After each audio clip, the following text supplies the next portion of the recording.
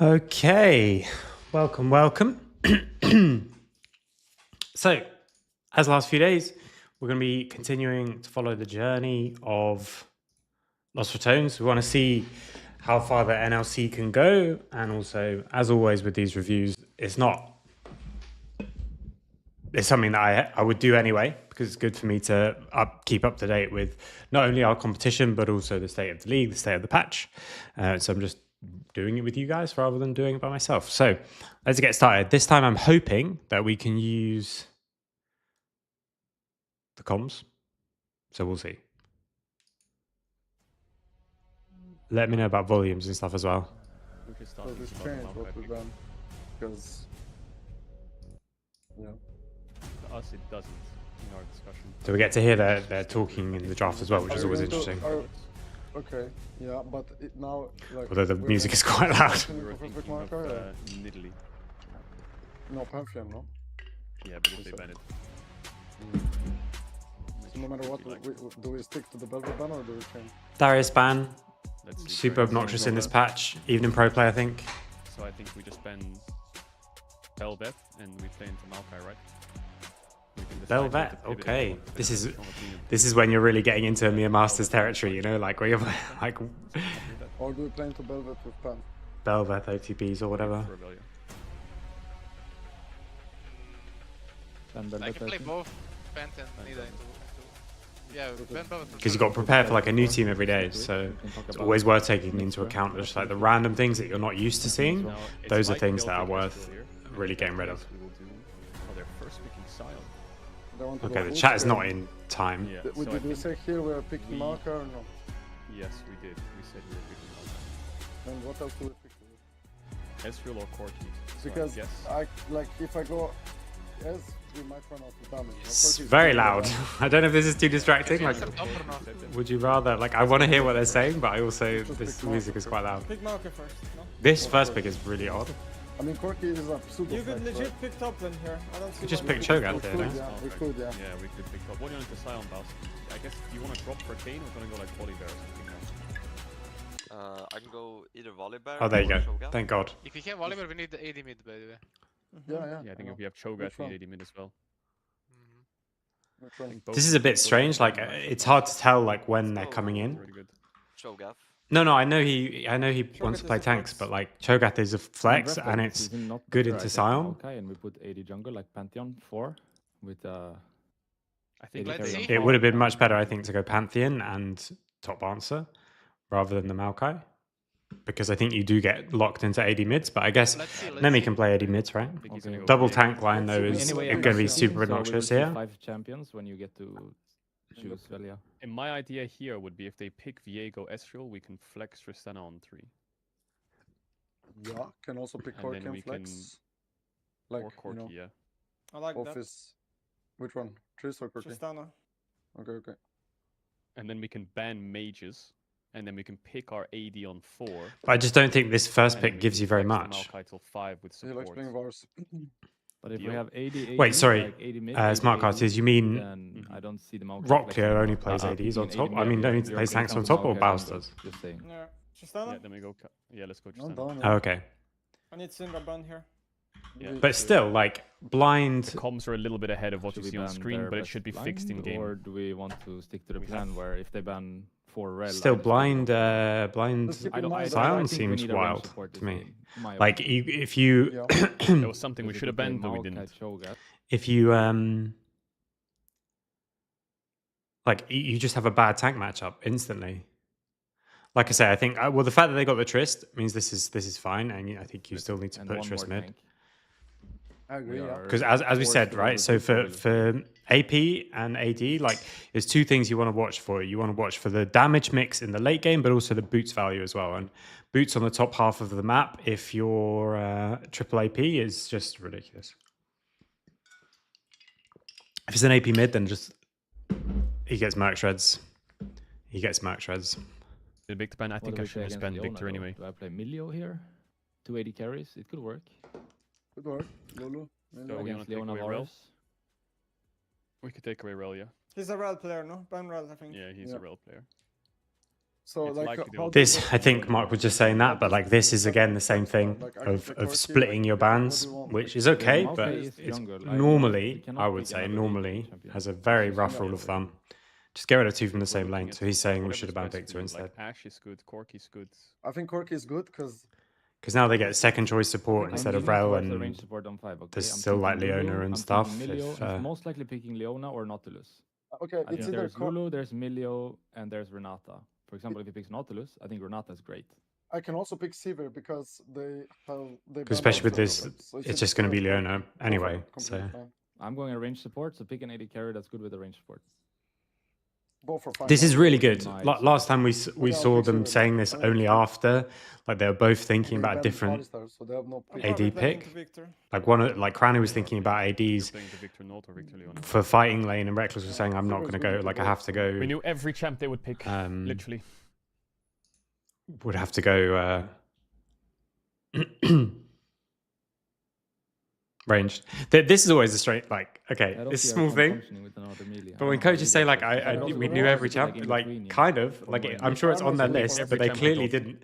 They clearly Yeah, didn't farm know out it for was a going to be good Sion one. first pick because this 1-2 they We even knew were they would unhappy take with Sion. in the We didn't draft. expect it on I'm first not a pick. big We fan knew of they would take Karma. Viego Varus. Okay, there you go. I'm thinking Milio. Are you happy with it? I mean, we had a lot of Go Nautilus.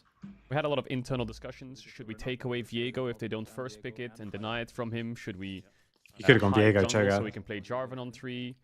Should we like take the Maokai or not? Because they haven't shown Maokai, but we don't want to play against it. So eventually, after long discussions, we decided we need to take. Okay, Maokai. he said the exact same thing We'll I've match said. that if we can swap. Mouse had a choice of Volibear or It's like Cho'Gath. when you're Silence preparing a best draft, matchups. right? You write a bunch of things down, and if you've written 30 champs down and they pick 5 of those 30, it always seems a bit weird to me to say we knew what they were going to pick. When you've got a couple of seconds left, and even after you pick the 1-2, you're unhappy with it. I think you don't know what they were going to pick. Leaned us back to a draft we played yesterday. Chat, I'm I gonna think- run ads if you know about ads. You can still want to try house. Channel, we don't want to back the same stats. I really like this comp though, by the way. The double tank with Sivir Trist, I think, is really good, and Talk Lulu to as the well. draft. They blinded Sion top first pick. Baus had Volibear and Cho'Gath. He wanted to go Cho'Gath. Okay, if he wants to go Cho'Gath for his lane, that means with Maokai Cho'Gath, we're probably playing a group comp and we need an AD mid. We'll pick Tristana on 3 and ban Syndra, which is the hardest mid lane matchup for Tristana, and he's fine into Victor, he said. We knew they would pick Victor. We knew they'd take Viego, whatever. We see Varus, we get Sivir into Varus, which we're pretty happy with, and then we can counter pick support with Lulu into Nord. I think the matchup is not easy, but... Wait, what? They're remaking the game because Velia has Cleanse Exhaust? What? Okay. Well, I like his explanation as well. I think you've got a lot of setup with Viego, which is always good. And later, later it can be. Maybe not actually. I was going to say later it can be difficult, but actually, like this front line is going to be so big. You do just have like one thing to do, you know, group up and run at them. But I'm assuming it's going to be on hit Varus. Actually, yeah, both comps have ways to win for sure. You've got a lot more like instant pick, of course, from the side of EWI, but LR have you just group up and run at people. Yamato said Renata was really good there and Lulu was very greedy.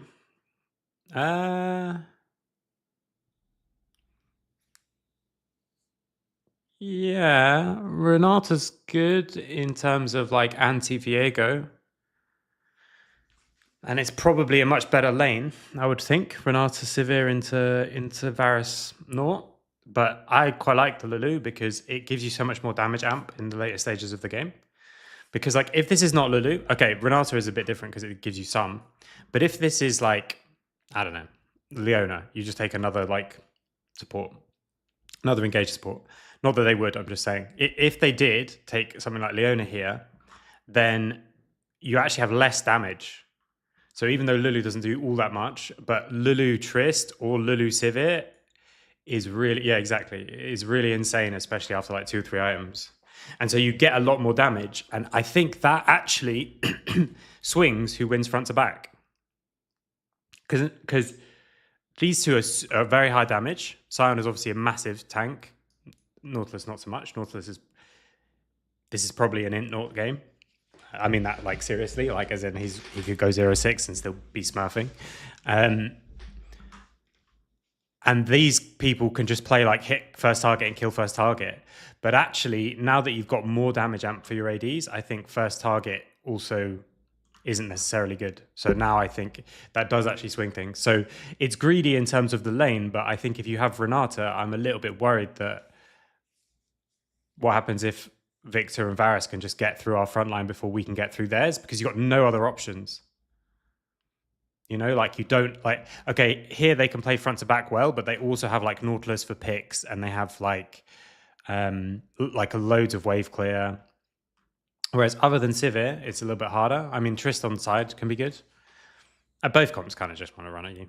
But at least there's like some more pick tools with Varus ult and Nautilus ult. So I like the comp. I think I would be happy with the Lulu, because I think you're a little bit more pressured with Renata. Let me just jump to when the game starts if there's a bunch of pauses. But Nemesis said his summoner swapped to exhaust and thingy and dive blonde side. You're gonna get five. Thank you for the birthday with either. Why are you saying 07? Okay, so again, I'm not sure how long I'm going to do it like this, because I don't really like the feeling of just sort of commenting what Cage was saying, especially when he can't reply. It's not like we're discussing the game, but I do really want to hear the comms. So if he's talking loads, I might have to just go back to like no comms. But if not, because it's so hard for me to not reply to him, but I hate those conversations where it's like nothing in coaching is ever going to be simple. Nothing is ever going to be like one way or the other. And if I get to say something, he doesn't get to reply and defend his position or whatever. I always think it's a bit weird. So We need to carry in Teamfight with like Victor, Viego. okay, I mean, if he casts the game, then I'm all good. I'll talk about it just like I would with any other caster. But if he's like giving his thoughts on the game as I do, okay. They're just still always delayed, guys. You have like the biggest streamer in this tournament. Why are you not sorting out their comms properly so that you could do it properly? Like, guys, how many people are watching this? I sat in a pause for 1 hour 10 minutes. Oh my god. 1.5 million views this has. Why? Why are the comms not lined up? Whoever's running EMEA Masters, put more effort into this. I'm sorry. And my mid lane, yeah, but it's not just peak, right? Because it's the VOD too. Look at that. Look at that amount of views. That's absolutely... Oh, wait, you can't see it. We chrono break 10 seconds. Enemy AD didn't step up on the mid wave that I completely cracked his head on. Because my mid laner... Okay, what I'm going to do is I'm going to quickly look for the other version then on... was against...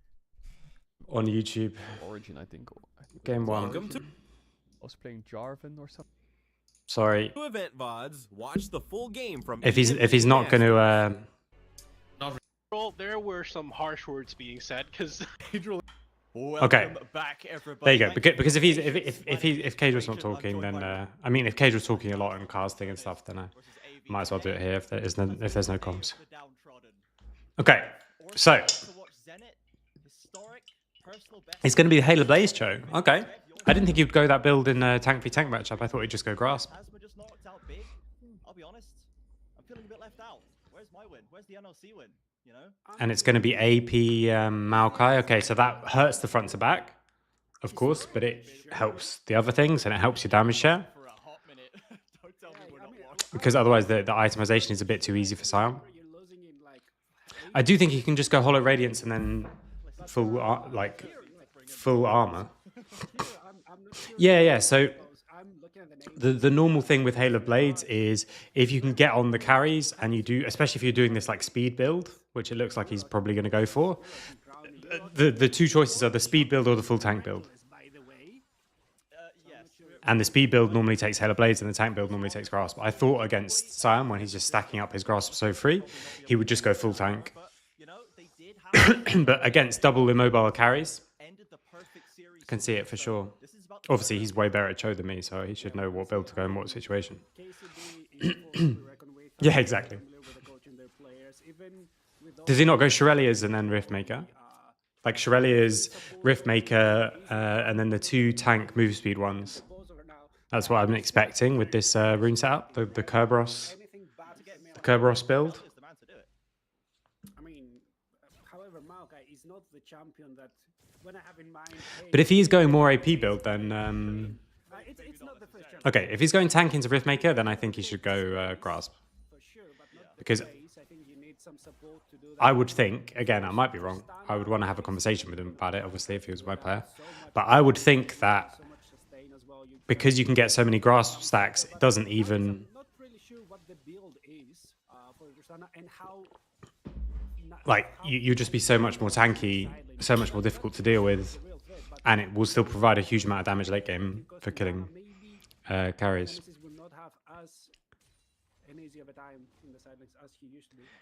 The Halo Blades, though, work so well with the Cho'Gath E. And that's why with the Rush build, you take it, because you just get on them and they go... Brah, brah, brah, and then eat them. With Halo Blades. Hey, Panka, thanks for the follow. Okay, so Flash already. Not ideal. This is just a really standard gank timer. And the wave is just not in the best position. I think he goes Halo Blades, pressure Sion out of lane. Okay. Yeah, I mean, this is the other thing about, like, you're first picking Sion, but you're not just first picking it against anyone, you're first picking against Paus. Like, he knows how to beat Sion, surely. If anyone does. Because Halo Blades pressure Sion out of lane, it thinks that if Sion doesn't utilize his passive early to get a lead in lane, champion is useless. I mean, I think this matchup is really miserable for Sion, isn't it?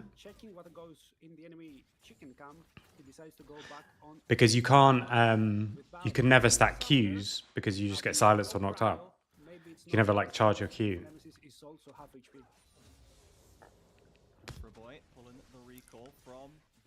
Full clear done. I mean, like, he should know like the timing of Viego's full clear. He should ask Velia, how long does it take you to full clear? Okay, that's the time I should be a bit safe in top lane. What wave is that? Done. Safe. Like, in practice, I think a lot of times, like, for second clears and all that kind of thing, like, that's a bit different. But the first clear, full clear, like, you just need to know that timing. KCB was a step up. Yeah, KCB, even with two different players, was a step up. I think KCB looked very like they have two new players. It's a nice way to put it. They've got really good players, but they looked really disjointed. The first game was mega throw by LR twice, I think. And then the second game was just really one-sided. But I think the first game kind of broke them. From the gameplay, at least. I didn't listen to the comms. I would have said before the tournament, the result was absolutely expected. But when you change two players, I actually think LR had a decent chance. He does. Very says he's top, but Boss will go for one cost no matter what. He knows exactly the timings. He's just dying for nothing. That time he's not even dying for the wave, you know? I think, Emmanuel, I think KCB would have been the favourites coming into the tournament, just because anyone who wins the LFL is like automatically the favourites. But because they've traded two players, one of which, okay, Isma is obviously very good, although I do think Bukada is probably better, but it's like the synergy between the two. Actually, that's up there. Isma's very good. But it looked like he wasn't on the same page with everyone, you know? Oh, no. So now, again, he's dying and he hasn't got the wave. I'm not sure the flash was needed. And now, because of the grasp as well, he's going to scale much, like Sion is going to scale much better. What do you think of their chances in the tournament now? Lost for Tones? I think they can still win, for sure. I don't think they're favourites. I don't know. I'm assuming they get through this, based on that question.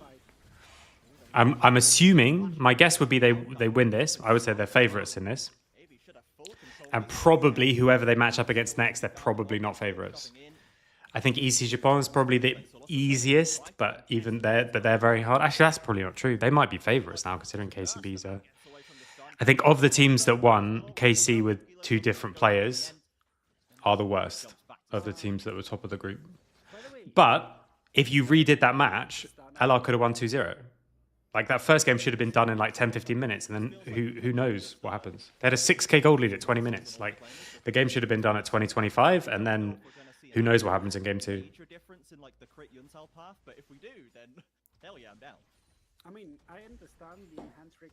I think coming into the tournament again, before KCB were made worse because of the roster shenanigans. I would have predicted Los Ratons to be like a good tournament would be like third best. So I guess that is semi-finals because it's single elim, unless you get lucky with the format. Because of course, any tournament, there's some level of randomness. I mean, every game there's a level of randomness, but every tournament as well. So if you got lucky with the draw, you make it to finals. If not, you get knocked out in semis. That would have been what I predicted going in.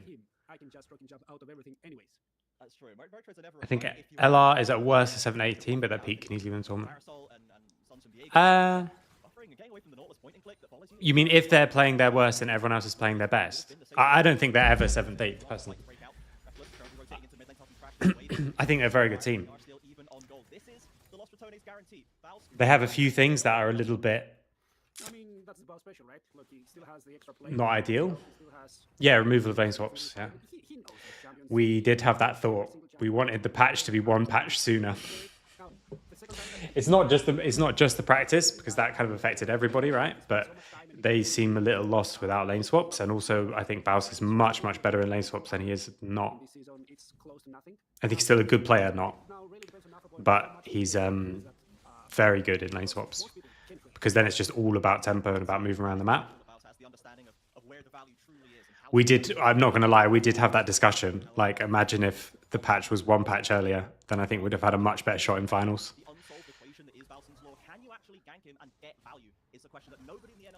Yeah, there's no way to save it. I do think they've played much worse since the removal of lane swaps, because they seem a lot less sure about what they want to do and how they want to get there.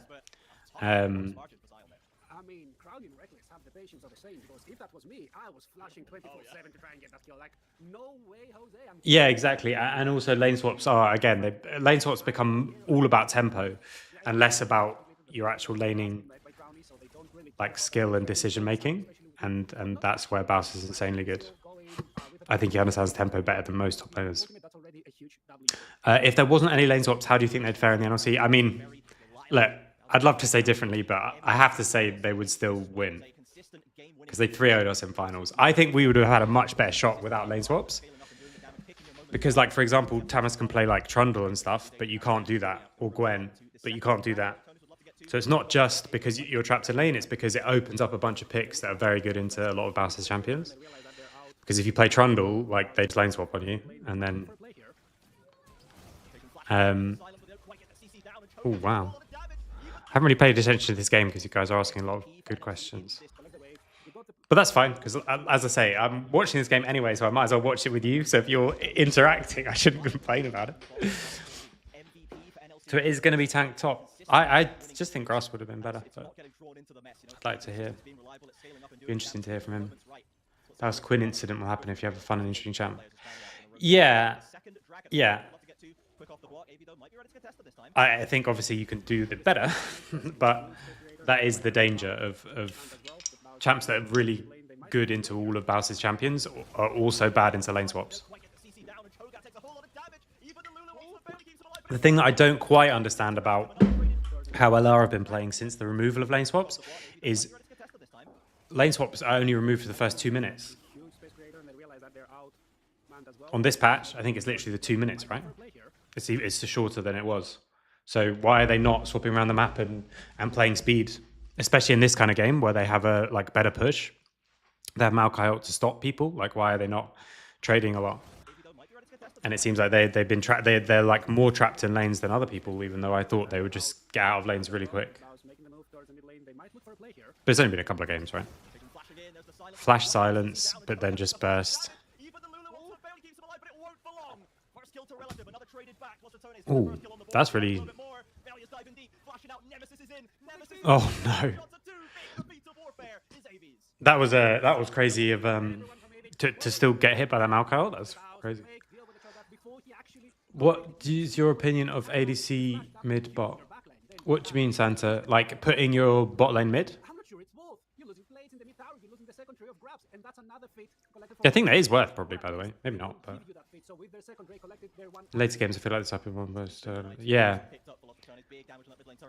I mean, this one not so far, but I do think they'll still swap loads once they get back into the patch, because they should, because it's still the same thing.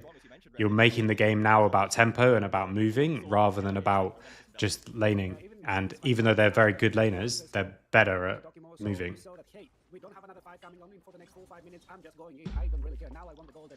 Oh, ADCs is in like taking double ADC. I think it can be really, really good. It's a little bit different to play something like Tristana than like Victor mid or something. But for me, I think it's much better for them and probably for us than stuff like Yone. Because playing like Yone or something is quite different. I think swapping only makes sense in this game if they were behind. Watching the game, Cranero was out, tempo their bot lane a bit, and you can see... Yeah, I don't even mean in this specific game. I just mean it's weird to not see them do it much. Yeah, he certainly is. That's an on me. Confirmed 3 members in the bot side, and there we go. Tokimo actually taking that one away. So he got the wave before, but not the wave after. I mean, I realize that Tokimo just wanted his whole movement to not be just rigorous exercise, right? It's not leg day for him. He wanted to be there and participate for the team. But first of all, I do think I'd prefer this draft if they don't have Victor and they have Rel. Because I just think maybe you can't, I don't know, maybe you can't play Lulu, but I think you still can. Yes, of course, you're taking the tower, so the play ends up being worth for Eevee, but it was a kind of iffy moment, and as a support main... Yeah, so basically, if your bot lane can get, like, pushes faster and stuff, then swapping around a lot is always something to consider, basically, Daniel. Not that you necessarily have to, and they don't have that many tools, but Triss pushes much faster than Victor on... Well, actually, maybe not much, since the AP changes, which is, I know, ages ago. But pushes faster than Victor. And Civil Lulu should push faster. It's not a very good start. I've not paid enough attention to actually the flow of the game because I've been answering the chat. Also, something I've heard other people already mention, but the fact they sometimes force stuff when there is no need to. Everyone struggles with that, I have to say. Every ERL team and most LEC teams. We just feel like we have to force stuff. We're not clear about... I think it's... Personally, in teams that I've experienced, it's mostly about our approach to waiting. It feels like waiting is a bad thing. So it's so you like trick yourself into forcing. Whereas like, so I would call it strategy. I think that's the thing we're worst at in the West compared to the East.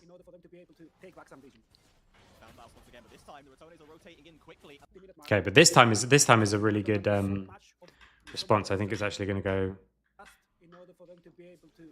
probably better. So they're already coming down, and Varus isn't coming across. So now it's going to be a 3v4. And this is just ridiculous. And it's the same thing. Like if you're like, we've got no push in mid. This is so aggressive.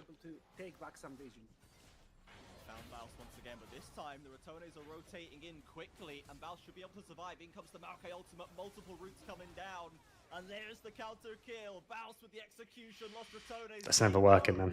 They didn't even get into half HP. And that gives Dragon. Sion is a bit immovable on side, even though he's only got one item, which is MR, but because Trist only has one as well. Got overconfident, could kill boss. Yeah. Honestly, like, happens so often. It's like, this kill was good. This kill on him was good. This kill on him loses you the game. Done. Thanks for playing against Pals. It's so frustrating, I think, to play against, like, in kind of a funny way.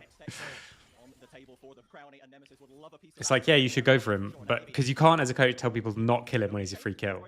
It's just, sometimes he's not a free kill and you think he is, and it costs you the whole game. And so it's this wild, like, balancing act that's really, really hard. We need to see some learning here from Eevee, or you're just going to fall down the same trap as everyone else. I really like them to go for the Herald at least, because it does align with what I asked from them, to just go and try and open up the map, make sure that you can play in a wide map state where you decide where you overload, especially with those slight bit vision that we see in the enemy red buff and the enemy cracks. You can check where Velia is and then decide, do I really want to collapse into Baus or Nemesis or whoever is in the side lane, or do I just need to try and out-rotate Lost Ratons once again? But this Herald can be the difference maker. You most likely won't use it to gain control on the next Drake, but if you can use it and break open the mid lane outer turret and maybe even threaten a little bit the tier 2 at the mid lane or even some side lane, then suddenly you can get the first rotation for the next Drake, you can control the area, and you can make sure that the Maokai isn't as oppressive as he is. So game is pretty much neutral again. Absolutely. The options are Actually, they got 3 dragons. Game is not neutral. scaling options. They've got the good front to back. How has that A happened? nice, well-rounded team comp. They've given themselves a decent shot in this game. They've got 2 grubs and 3 dragons. I've like just been looking at the chat. And I just completely missed that. This is not an even game state. So yeah, they're 1k behind, but 1k doesn't really matter at this stage. And they've got the 3 dragons, which forces it. And we've spoken about this before. I think Lost Ratons dragon priority is really good. And I think if you're off it, then it's really bad. It's just dragons are way stronger than they used to be. And it's just a very clean, easy way to play the game. And it's going to force fights. The best part about us is the fact that he probably won't tilt, even though he goes 0-13. Yeah, he tilts a bit in his gameplay, but he doesn't tilt in his like mentality. Even in Prime League, they never did Drakes. That's not optimal, I think. After another riot tuning, but this will be the withdrawal, the extra GA effect on the table if they can pick this one up. Mouse for a little play into the Scion. Nemesis maybe wants a piece of the action. I really think this. See how the footwork goes for Scion. Out comes the ultimate straight into the base. Gonna go and clear the way with it or not? Oh, he missed the cannon. You're clearing the wave, then you're chilling, you're seeing if the enemy team tries to contest, you can get one more wave here and then play. Oh, we're doing aftercard. That's what we're doing. That's what we're doing. We're doing aftercard, and nobody can stop them. So the Scion effectively magnetizing Nemesis for long enough. And Lost Ratons just didn't have the position, so Aftercard easily picked up no contest on AB, and that was a big boon for them. That was a bit. How does this happen? Ratons still need to get a couple hundred into Nemesis pockets. Okay. We don't have any wave in top. Doing dragon. We just don't know this is coming. Both these people have TP.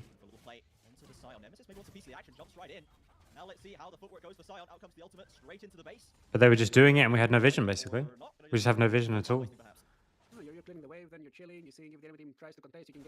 I think I only know it's going down now. That's what we're doing. We're doing aftercard, and nobody can stop them. So the Scion effectively magnetizing Nemesis for long enough. And Lost Ratons just didn't have the Okay. position, so Aftercard easily picked up no contest on AB, and that was a big boon for them. Yeah, at least they got something back. I want to say those crowns together right there. Get the, So they're going to lose tower for it. Also collecting the bot lane tier 1, maybe getting one more wave because he usually plays really like that. But now, with Voracious Atakan in EV's pocket, I'm pretty Wait, what's not bad? Losing Atakan for... doesn't look very even for you. I would say, but then I'm looking at the ADC difference, right? And, Like, what are you getting for it? Isn't it just for nothing? I think after you mess up, then you should give it for sure. Like once you, but the first ping comes down on Atakan when it's already on like 6k at that stage.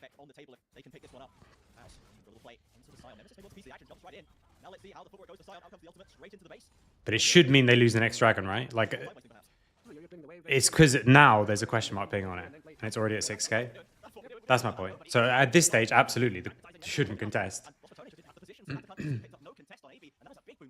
At least they got something back. I want to say those crowns together right there. Get the million tier 1 tower before the enemy can do the same and bows. Also collecting the bot lane tier 1, maybe getting And you get the tower as well. like that. But now, with Voracious Atakan in EV's pocket, I'm pretty sure you don't go to the next Yeah, so you just don't contest the next dragon, and that's fine because you still like it's not gonna.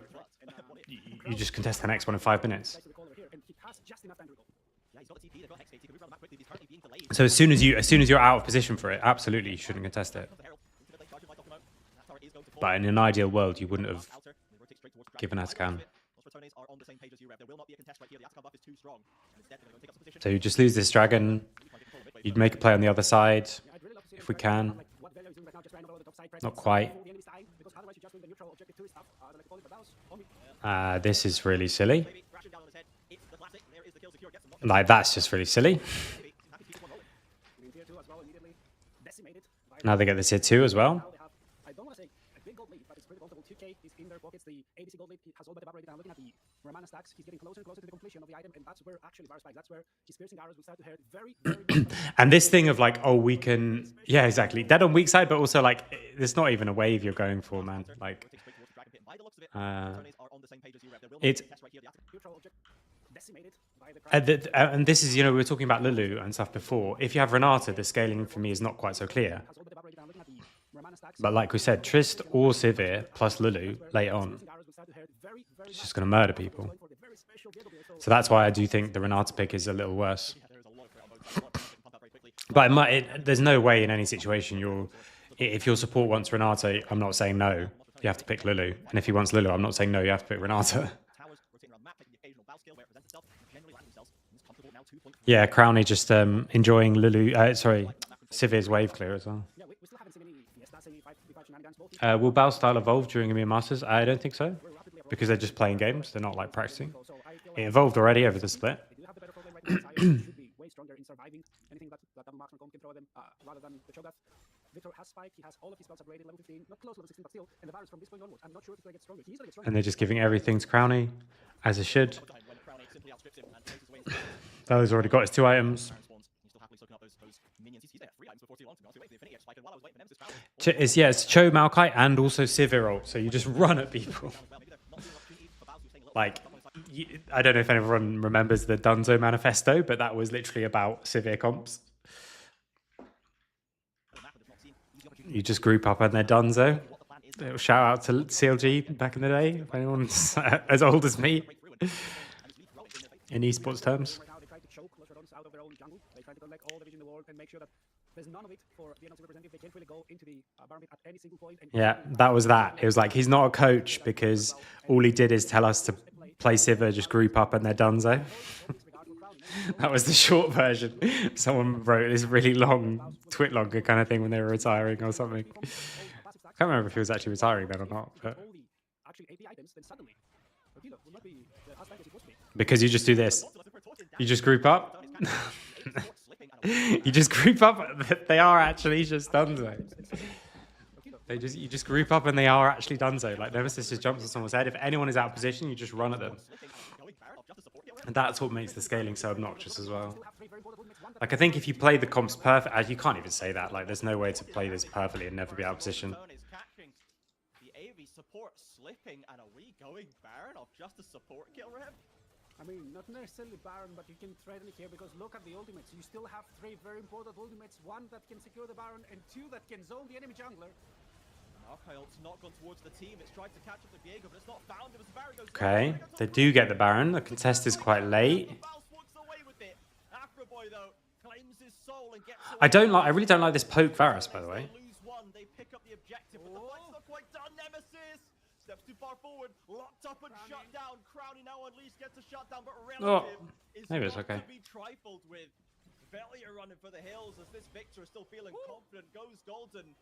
And the rest of Los Ratones, I think, have managed to break. Okay, so they just managed to get it. I think the contest is a little late, but it's very hard. It goes down super fast. You lose the Drake as well. In 10 seconds time, his ultimate almost out of cooldown already, and they can go and contest the soul once again. Oh, but they're too. You don't need this. Like, you have to base it, guys. You can't get this mid wave. I didn't realize they stayed for the mid wave. Dragon's up now. You're going to be slower on the base, and you don't have the time to do the dragon. You got Reckless's ult again. His ultimate almost out of cooldown already, and they can go and contest the soul once again. We desperately want to get this locked in, but look at that. They just don't have the HP. There's a TP coming in from Relative. We had a big impact in that last fight. He's almost got the Ratons down.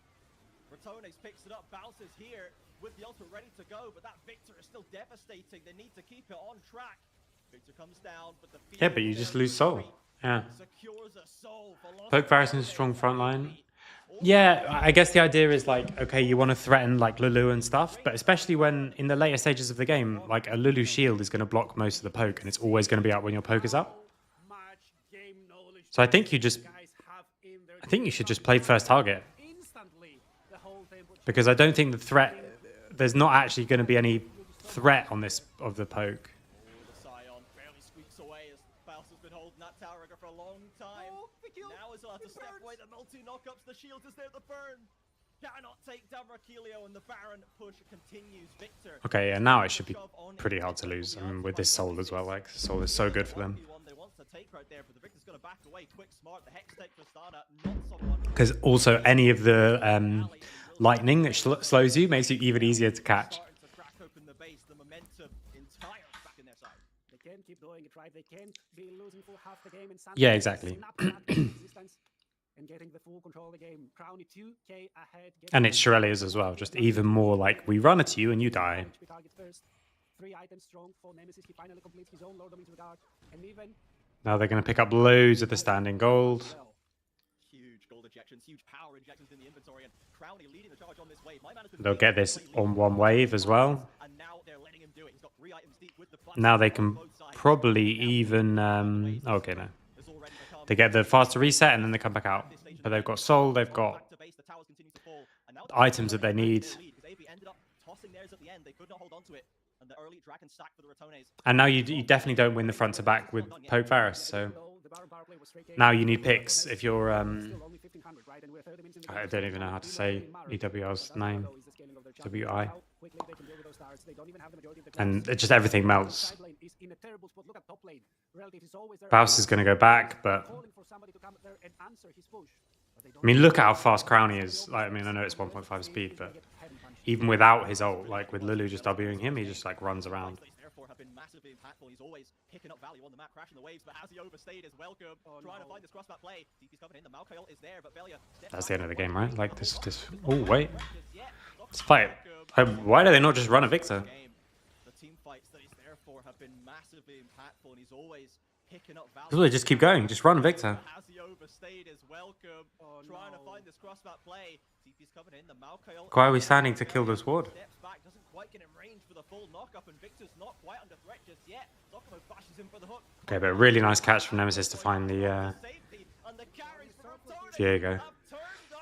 If Nemesis can't like chunk out Viego here. Overstayed his welcome, trying to find this crossback play. TP's coming in, the Malkail is there, but Velia steps back, doesn't quite get in. Okay, so they see him here, which is what allows this. Not quite under threat just yet. Zokomo bashes him for the hook. Only lands the front line. Afro Boy there has to ult to safety, and the carries from Ratons have turned up for the party. Yeah, and now it's just really hard. On the back foot. Once again, Afro Boy desperately looking for something, but Crowley will chop him down with that second goal. What a time! What a time to be alive. Or like, oh, I read him like a tablet. That was a streamed scrim. So that was from COG vs TSM streamed a scrim, maybe. Pretty sure. Okay, so that's done.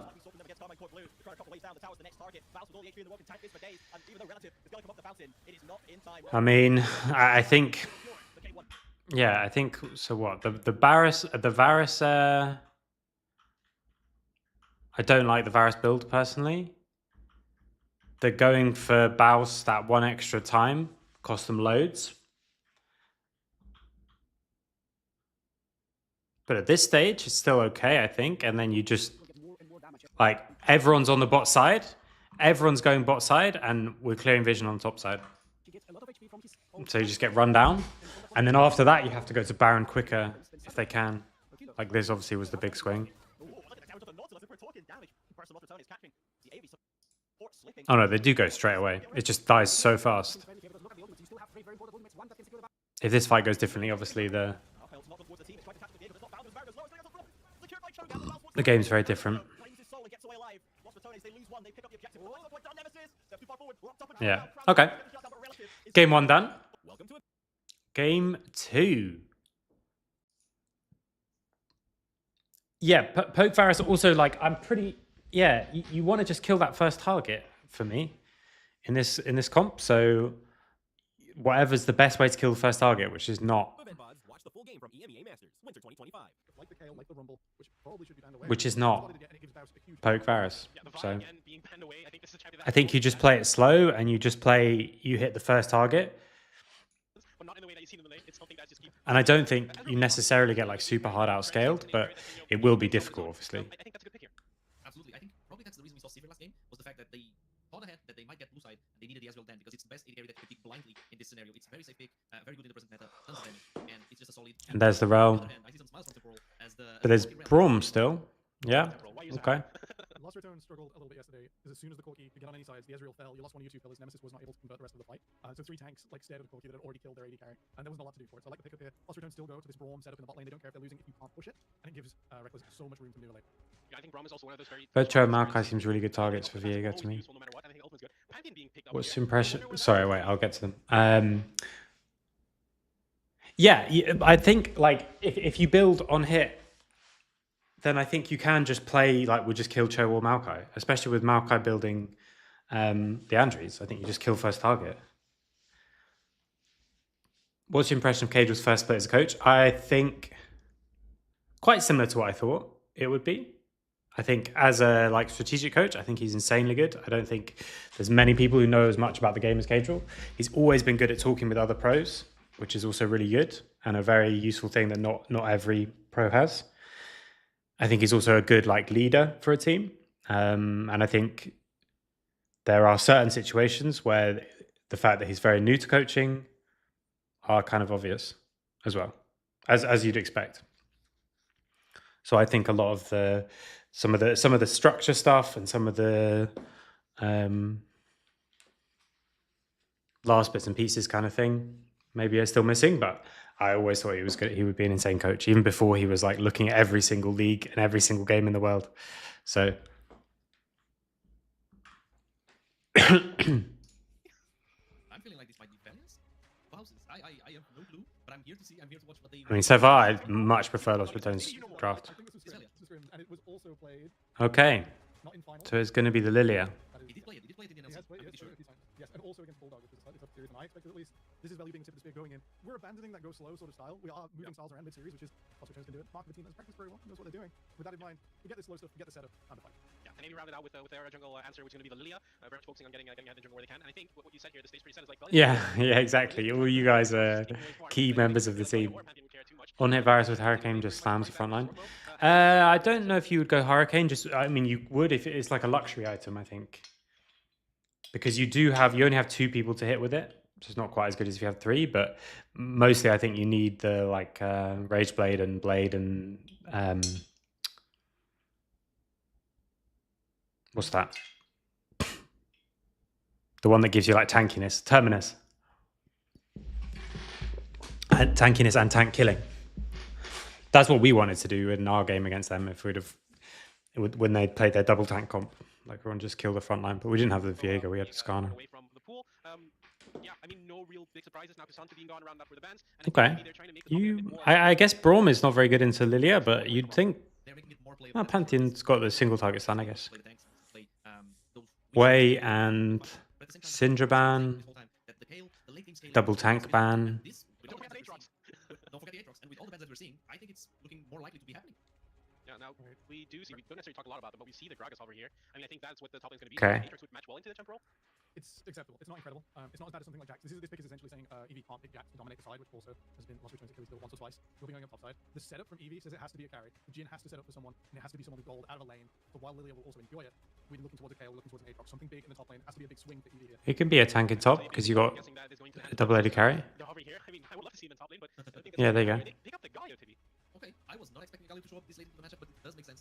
So Galio top. He does have the magic resist shield. He has the defense. But the problem is that Galio is not very good in the later stages of the game, is he? In this kind of comp, you want to just play slow, you want to play on range, and then you want to hit first target. Galio is a bit harder. It's not like everyone's diving in, or all of you are diving in. I'm a Kayle enjoyer, and even though the lane is pretty bad, it's a Gragas side of it anyway, let's face it, we defend it. The Gragas kind of manages the tidy game state that Talia will create. Because Talia Pantheon will pick on someone, Galio comes over the top. It does put more pressure on relative in this game. You can't just have a good game like you did last, with a decent KDA, decent damage. You have to be pushing on this board now. You cannot just rely on your teammates. I like the Talia Pantheon combo. Again, they pick all these comps with loads of speed, and that's why I want them to use it more. But last time it was Sivir, Lulu, and Shurelya's and all that kind of thing. You could just run from one lane to the other. This time it's Talia and Pantheon. Both of them, again, can just run from one lane to the other. We're going to head on over to our casters. Rev, Trigen, take it away. Thank you, Orchid. We are straight into the game. Welcome back, everybody. Welcome back, Red World. The Rift for game number 2. Los Ratons putting a strong game 1 together. ABI back. A very different draft. So in draft, I feel like when a tank is needed in solo queue, it's when an ADC is a hyper carry. So in draft, I feel like when tank is needed in solo queue is when ADC is a hyper carry. I don't really understand what you're saying. You mean you should play tanks with hyper carries?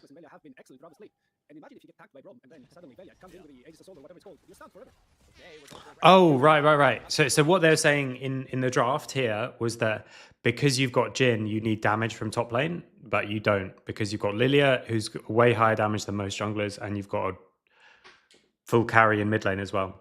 You definitely don't need damage. But I think they didn't realize Corki was going when he was making that point, he'd just locked onto the fact that it's Jhin and forgot about the fact that you've got Lilia and Corki. Yeah, so you don't want to run a super low damage composition basically. Split by the stun as Nos 2K getting good Jhin damage over the wall. In general. Support happy to take it, and Valiant will be stealing this buff away. We'll see what the response to Macroboy is going to be here. He's already starting on the top side, but isn't doing too well in the health department himself. So good start. Okay, so they force him to use Smite. But it is going to be the late invade with the Braum, which means you can get the split map.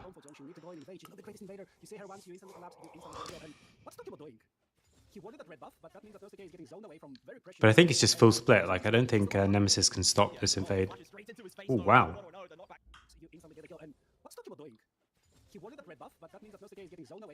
Yeah, Rel on an adventure. Oh, no.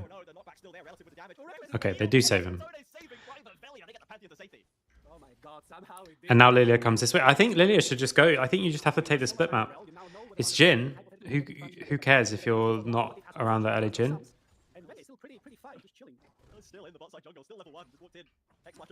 Because now you're going to end up losing a whole quarter of the jungle. Whereas I think you could have just invaded. And now Rel is still level 1 because of all the moving around.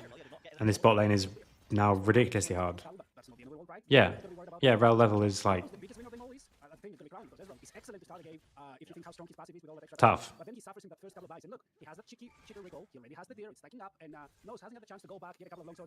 Yeah, so it's just 3/4 of the jungle.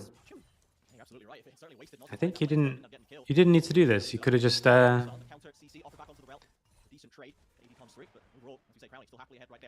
feel like tanking solo queue is better if the champs are a scaling mage. Yeah, I mean, it's just the damage thing again.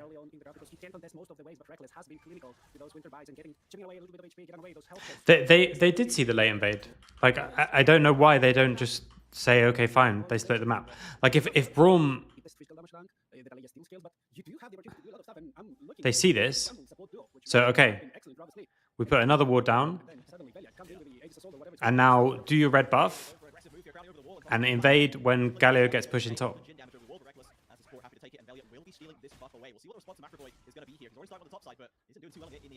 This part is good from Rel, forces him to smite. Now fine, just let him take wolves, and I take, like, Lilia should just come here and invade all these.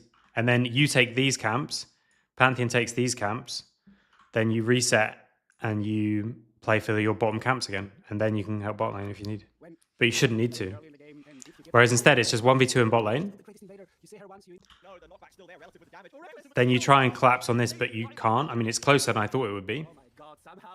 It was closer because Rel went on some wacky, like, walkabout. But in reality, you traded Pantheon Flash for being behind on farm on, like, a fast clearing jungler. I think so, but as soon as you see they're going to re-invade again, like, he can't come back across. Corki's got enough prio to run into your own jungle and try and fight him, and Galio's crashing a massive wave. So I don't think they can stop you just invading again. And it's fine for Gragas to be on the weak side, but it's also kind of fine for Jhin to be on the weak side early on. And then when you come back round again for the second spawn of camps, then you can play on bot side, which is actually better because that's when Rel would be stronger. But now you're 20 CS down in bot lane, and it's because of your Rel spending so much time trying to help jungle, but you're also down, like, the only reason you're not down in jungle is because it's Lilia. But Pantheon's still, like, re-stealing this, and then he's got camps again. So this is just like, this is a nightmare. Is it true that depending on what the support choose as a pick, the draft composition changes? Not always. Depends. But obviously the composition is a combination of all the picks. So it doesn't... Sometimes it can all pivot on a support pick. Maybe less likely than it all pivots on a mid or AD carry pick or a jungle pick. But there's also plenty of situations we've had. For example, we did 5th pick support a lot, R5. And there's a lot of situations where I could just say to Eric, to Treats, just play whatever you want. So in that case, like, it didn't pivot at all. Just, like, play something aggressive, and it could be Pantheon or Elise or whatever, you know. Or Gragas once or twice. Or Heimerdinger even. So it kind of depends on who you have as players. the stuff you take early, you then want to build your comp around. And the stuff you take later on can have a massive difference, but maybe not quite so much. I think actually, now I'm thinking about it, support definitely has less impact. Like, for example, you can take R5 Xerath and it changes the entire game. There are situations where it's like, okay, Xerath by himself is enough range to change the entire way the game is played. And so R5 Xerath can take you from we have to dive to they have to go on us. Whereas R5 support is never going to change stuff that much. So it can be very good for the matchup. Yeah, Nidalee could be the same. Not as no one does it as well as Xerath, but like Ziggs, Sway, all of them can change the same as well. Late support pick can dictate if you're playing around support jungle duo or you're trying to win the lane. Yeah. Yeah, I'm trying to think. Mostly when you're winning the lane, that's where you get to free up and play with your jungler, right? It can change. It definitely can change what you're trying to do on what side. And if you're trying to like, so Braum is a pick that wants to play on the lane, right? Whereas if you picked Ezreal and Pyke, you want to like run around with Pyke. And if you want to pick Ezreal and Leona, you want to probably play more aggressive on the lane, but then you can team up, you know? So there is differences for sure. I mean, it's a fifth of your champions, so it definitely has an impact. I just think it doesn't have as much. The question was, does it have the most impact? I think it doesn't actually even have as much.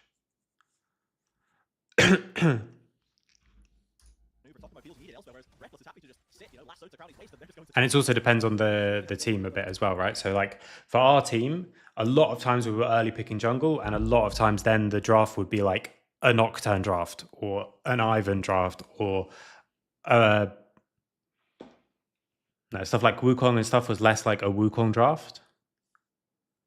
We would do like a Rumble draft, for example. Actually, a Rumble draft even was different because you can do Rumble in a poke comp, or you can do Rumble in a like dive comp, or you can do Rumble in a Teamfight comp. What was your team identity as Nord? We played very aggressively and a high pressure style on the front foot. I think too much so at points. Not enough focus on like tempo and stuff like that and waves. But it's always a balance, right? Do you want to be more LPL or LCK if we want to talk about the like best version of that? And then in terms of like identity in the draft, we never really had one set identity in the draft because it was Fearless always going to be. We were always kind of playing for those best of 5 Fearless games. So we didn't want to stick to just like, well, we play front to back or something like that. And obviously the players were incredibly experienced, but also we didn't have that much time together. So it's not like we would have a huge amount of benefit in my eyes from sticking to one like style of comp. So like I say, we did like Nocturne comps with a bunch of dive. We did, don't think we have the same idea of team identity. Yeah, could well be. What do you mean?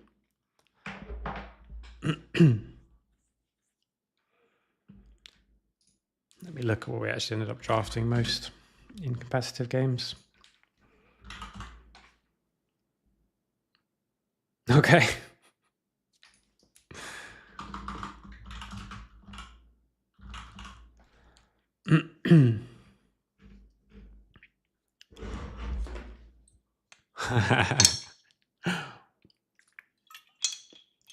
That's why I like Fearless a lot. If scaling is the best style of the meta, a few games later, a really early game comp can be a lot stronger. Yeah, it's the reason that scaling is, if there is metas where scaling is really good, for me, of course it does have an impact on the champs, but it's also because it's because of the way that the objectives work, or the way that the minion waves work, or the way that the speed of the game is, you know? So when it's like, okay, oftentimes there's scaling picks that are strong, and that means you draft scaling compositions with them, in which case, yeah, Fearless has a big impact. But if it's scaling is better because it's harder to close the game now than it used to be, if they make Baron harder to kill, then scaling is going to become better, regardless of what champs you have. So it's a bit of both, I think. Fearless feels like teams benefit more from being a bit more fluid in how they play draft. Yeah, absolutely. You have to be a lot more flexible. And for me, you have to be a bit clearer on how you want to play in terms of a deeper level of the game. That's why I talk about like pressure and stuff as a first response, not like we play front to back, because I don't think you can do that anymore. You're not going to get 5 front to back comps in a best of 5. Did I watch any first stand? Yeah, I watched all of it. I didn't do reviews of it because I had COVID or something, like I had a really bad flu. But I watched the games. It's a lot harder for the coaches to scramble together comp. Fearless makes the drafting much harder. So technically, when there's less champs available, it sort of makes the draft much, much harder. Because there was a lot of times where teams and coaches, for me, they didn't really fully deeply understand the game. They just know how their comp wants to play. And we talked about strategy before. If strategy is how we push the map into a state that we want it to be in, if you've got a front to back comp, the way that you make front to back stuff happen, so the way that you make a front to back team fight happen, will kind of stay the same. And so if you only draft front to back comps, what you are doing is learning or simplifying strategy, but you can simplify it and not learn about it. So we don't actually think, okay, how do we make a front to back team fight happen? We just think, okay, when we do this kind of stuff, we often win and we always have front to back. So therefore you're doing the same things. Does that make sense?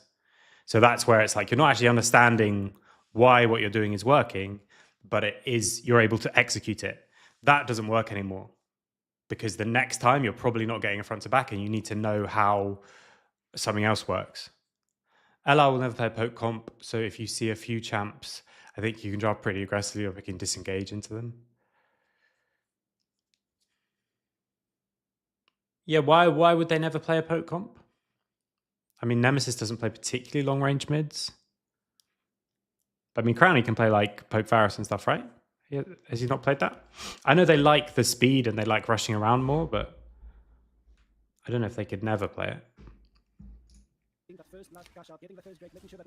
Yeah, Velia could play Nidalee or like AP Malco, we've seen. That works well with Pokemon. Again, I'm not really analysing the game, so if you want me to analyse the game, do ask, but other than that, I'm just enjoying chatting and watching the game. If I ever try and copy this playstyle, I'm pretty sure I'm just gonna win, but even me, I have some questions. It wasn't like you had already blown the way. What were we doing? Were we scouting in the jungle? Yeah, we were simply testing limits, scouting camps. Yeah, playing the style that works, but like, it is a way to go, and it makes things easier if you just have one style over and over again. But I think in a Fearless best of 5, it's hard to get that same style over and over again. It's hard to always be winning front to back in drafts when it's Fearless best of 5. Poke comps require more restraint. True. I feel way too trigger happy. Vitality Varus, Vel'Koz mid, Velia Nidalee. Yeah.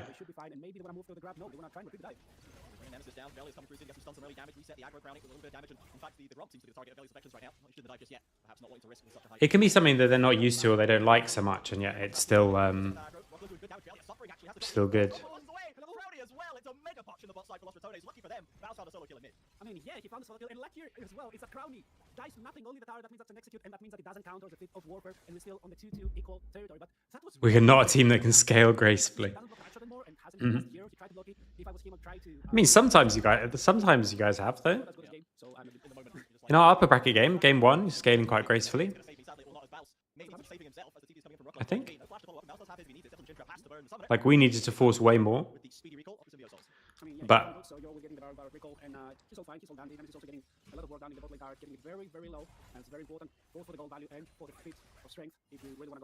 for me, something I've seen more of an issue in EMEA Masters when the competition is harder, but I think something that Los Ratons really struggle with is being clear before stuff happens about what again, it's strategy. Like, what kind of fight do we want to have happen? Like, the thing against KCB, like the comms around that Elder Dragon, for me is like so chaotic. And I would rather it be more, like if I'm their coach, I would rather get it to a state where it's more like, okay, we know how we want to play these kind of comps so that we can focus actually on playing rather than on... I know Velia said it as a joke, like I'm just going to blame it on the fact that my team was shouting at me, but like it does make it harder if everyone's just like super stressed going into these fights and not like comfortable with what's supposed to happen. Whereas, because we can know what's supposed to happen in those kind of comps before that happens, you know? We know how our comp wants to play into their comp before we actually get to the situation where we are playing it. CFO's case, how do you think of their performance? I was really impressed. I love having 6 players in Fearless, and I think doing that 6 or 7 players at least is going to be a really big thing going forward. I think it's really cool. Bao started semi freaking out because the game only had 3 kills in 24 minutes.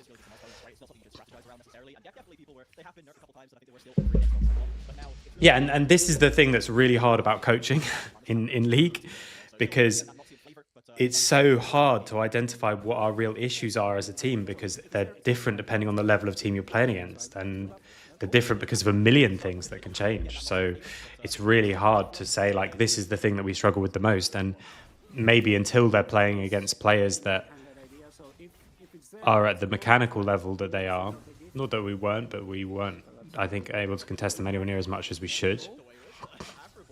It could be that it's fine it being chaotic because they can just get by on, like, gut feel, and now they can't, and then it's harder. But also it could just be like the stress of playing in the big game and going like back to back to back games, you know. So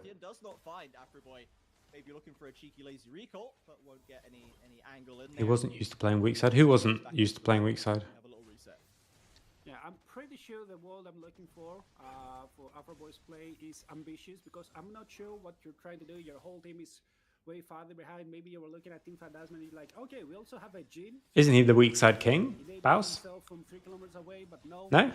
Like, everyone sends 3 people for Baus and then you get something on the other side of the map. Especially since his ultimate only got 1 person, and able to do that effectively is... you can go so far away and create so much space. Now with that, you've given away full control of the Drake territory, and with that, I also think you're kind of giving up the first tower of the game, especially since Baus got that fabled 1 more wave in the top side, had the extra reset, and now with the Cosmic Drive, I'm pretty sure he has cooldown for days. Okay. So let's get back into this game. The only thing I remember actually like analyzing was the early bit was really bad from the Prime team.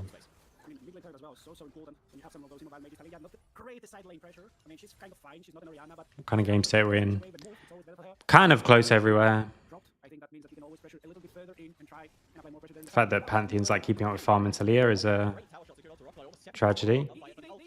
And we get TP Baus in the 1v1. Big. Rel. So he has 1 less tool to play with. He will need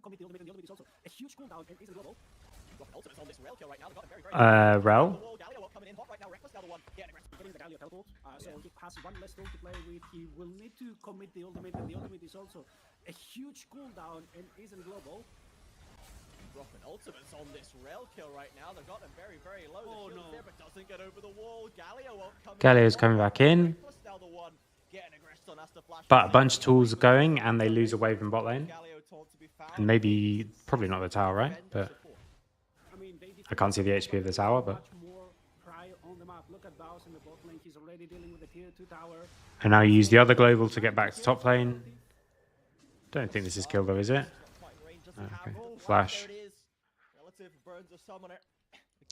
And they just love that speed, getting all around the map. So he's going to take the next wave.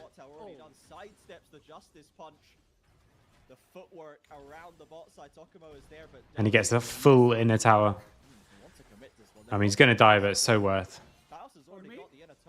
It's worth more than his life, to be honest. It might just be a time-wasting exercise at this stage. The phase rush to safety. Oh my god, he's going to fucking get out, isn't he? And is he going to get to safety? He's almost out of mana, but AV just don't have the damage in place to chase him all the way down, I fear. He's almost at the turret with the speed up. I think Gragas might be his best champ, by the way. It's so fucking annoying. Hey Rishab, thanks for the follow. I think it's just so difficult, like, to pin him down. Like, he takes a full tower there for your play on mid. That's good restraint. We were talking about restraint. Okay, so they started an engage, but then like, actually, Galio collapsing here with no TP. We could just pull back out and then take a full tower, full inner tower on bot side. last game they let it drop to EWI, but now Ratons, I think they do have full control over the Herald. To me, it seemed like the pressure kind of got to them sometimes, forced them to dive on Galio earlier. Contradictingly, as maybe would expect the Pantheon to lead. In this game, lead Los Ratones to a bit more early action, but their plays that they Sion is, oh, it's true, Sion is hard not to say Sion, isn't it? It's true. He get more highlight plays on Gragas, but you're right. I think Sion is maybe his best. Yeah, maybe. I've been pretty pissed off by how good he is at Gragas a few times over this split. Bell's got a lot more vocal. Yeah. Yeah, and that's a really important skill to kind of build up as a team, is to somehow actually find a way to quickly quantify stuff. So how actually big is it? Because we have a tendency as players to just be like really extreme. Like, oh my God, he's completely out of the game if, or like, I'm out of the game if. It's like, are you actually out of the game? Because if you're out of the game, unless we do this thing, we have to do this thing. And vice versa. Like, if he's completely out of the game, if you guys just don't die here, like, it's hard to find that balance. And I think as a tendency, we over-exaggerate, but whatever, either over or under-exaggerate, like, you've got to just get clear on it as a team. So, like, how big is it if we just don't... you can really ignore the Rel. She doesn't build so much armor, especially with this symbiotic souls. If we just don't die, like, how big is it? How much are we taking on the other side? And it's really useful as well just for the mental of your teammates, because, like, they know they're giving stuff up. There would be a Rel kill here if we all came. And so it's good to make it clear for them, like, how much we're getting. So they get mid tower.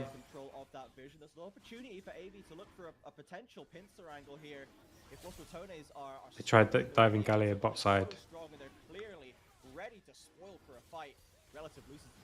Yeah, I don't actually have a problem with them. Okay, we got the third dragon again. Oh my God, how has that hit Crowny, by the way?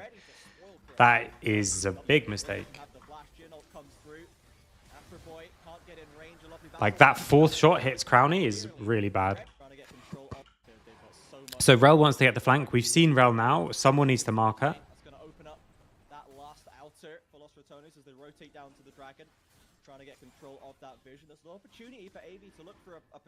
Okay, so we know Rel is still on that side.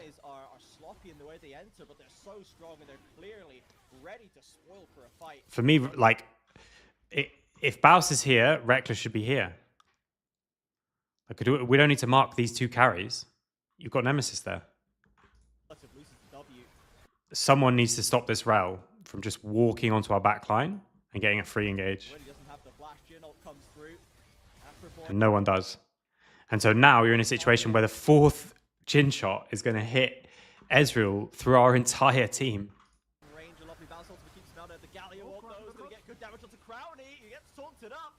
Veli gets a really nice stun. They might well still win this team fight, but it's... don't like it. Yeah, I thought he was going to do that as soon as Jhin started ulting, but I think he's just trying to keep it from being 50-50 and focus on the objective. But again, here, like, the big thing for me is, like, we just literally give someone we know is there an absolutely free flank. And yes, in this game, it's fine because you got the dragon and got out. But like we were saying before, it's really important to identify the issues, even if they don't cost you a lot. For me, this is a big issue, the way this fight plays out. And it's the same as some of the ones in the KCB game, with the Braum, where Jax just walked at Ezreal. Like, so Matt has this system that they had with Sheepy and UOL where you play pods and someone needs to be playing with Ezreal to protect him. It's mostly for front to back, so it's a little bit different, but still. Because now Ezreal, with his E up, just gets pretty much one shot.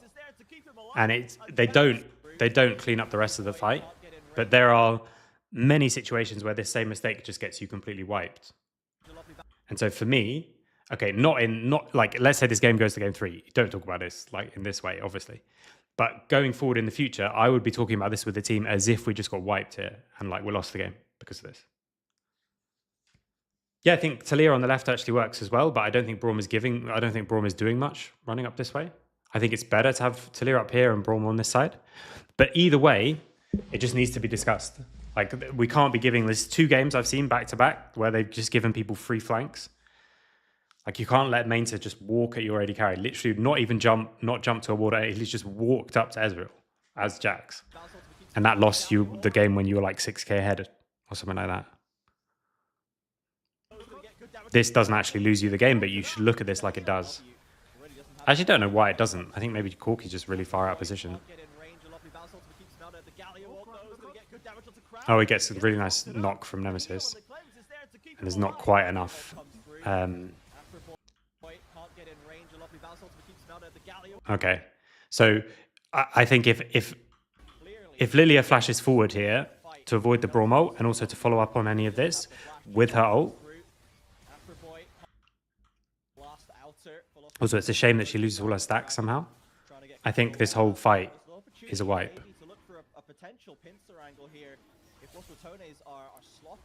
So like Lilia really at this stage really wants to just keep her stacks up. And I think because she misses her E. Yeah, she misses her E, so she loses all her stacks, so she's super slow. And if here she flashes forward and gets anyone in like Q or E, like she can, if she flashes this, if she flashes the Braum ult that's coming through, okay, it's hard to see. But again, if this is LPL or something, they see how bad this mistake is. They flash in as well because Ezreal's got no flash. So coming into the fight, they're already talking about the fact that Ezreal has no flash. Like, this is the biggest deal. Enemy AD carry has no flash. And Rel gets a very free but very nice flank onto Ezreal. Now at this stage, you send it, everything going on Ezreal. And I think Lilia flashes here and this fight is lost and they're all wiped. And I mean, they don't lose Baron because it's too early. Because instead, because they didn't use tools, now suddenly Lilia can't even join the fight. And actually they just get the objective and get out. But that was nothing to do with them, right? Flash Braum ult and stacks on Lilia. Yeah, exactly. But even if she doesn't queue all 3 people, again, that's like the reason that I'm making a big deal of it, even though it is like micro, is because going into that fight, I'm pretty sure I can say without knowing their comms that the Prime League team should have been much clearer about the fact that Ezreal has no flash. No one needs no one who's diving. If you come out of this, if we lose this team fight and Lilia still has flash up, I'm angry. You know, like you should really be thinking about it like that. Like if Galio can't get on Ezreal and doesn't flash, and if Lilia can't get on Ezreal and doesn't flash, that's a problem because this was the window where Ezreal didn't have flash. Next time, now he has flash. Now if you got flash, he's got flash. He flashes, you're engaged still. So yeah, absolutely you should. So I'm not saying you should see that Braum ult, think, do I have time to flash? Is it worth flashing? What can I do? Because by that point it hits you. Instead, you've got to go in knowing if anyone gets on Ez, we're all flashing to kill him. And then that's it, you know? Like, I mean, someone can find. I feel like I shouldn't look at it, but I can find it. Like in the, this was something that Treats was really, really good at.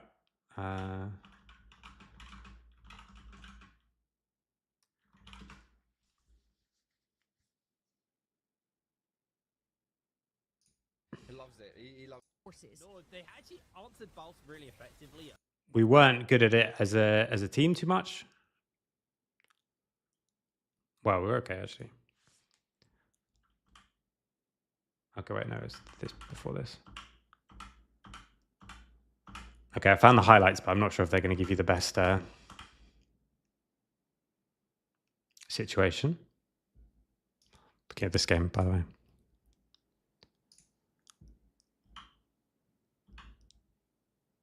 Okay, maybe it's not this one. It was before then. Okay, it's there.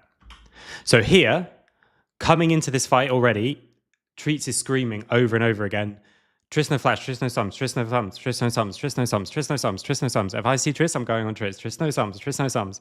And like everyone knows that this is like, we just use everything to jump on the Triss here.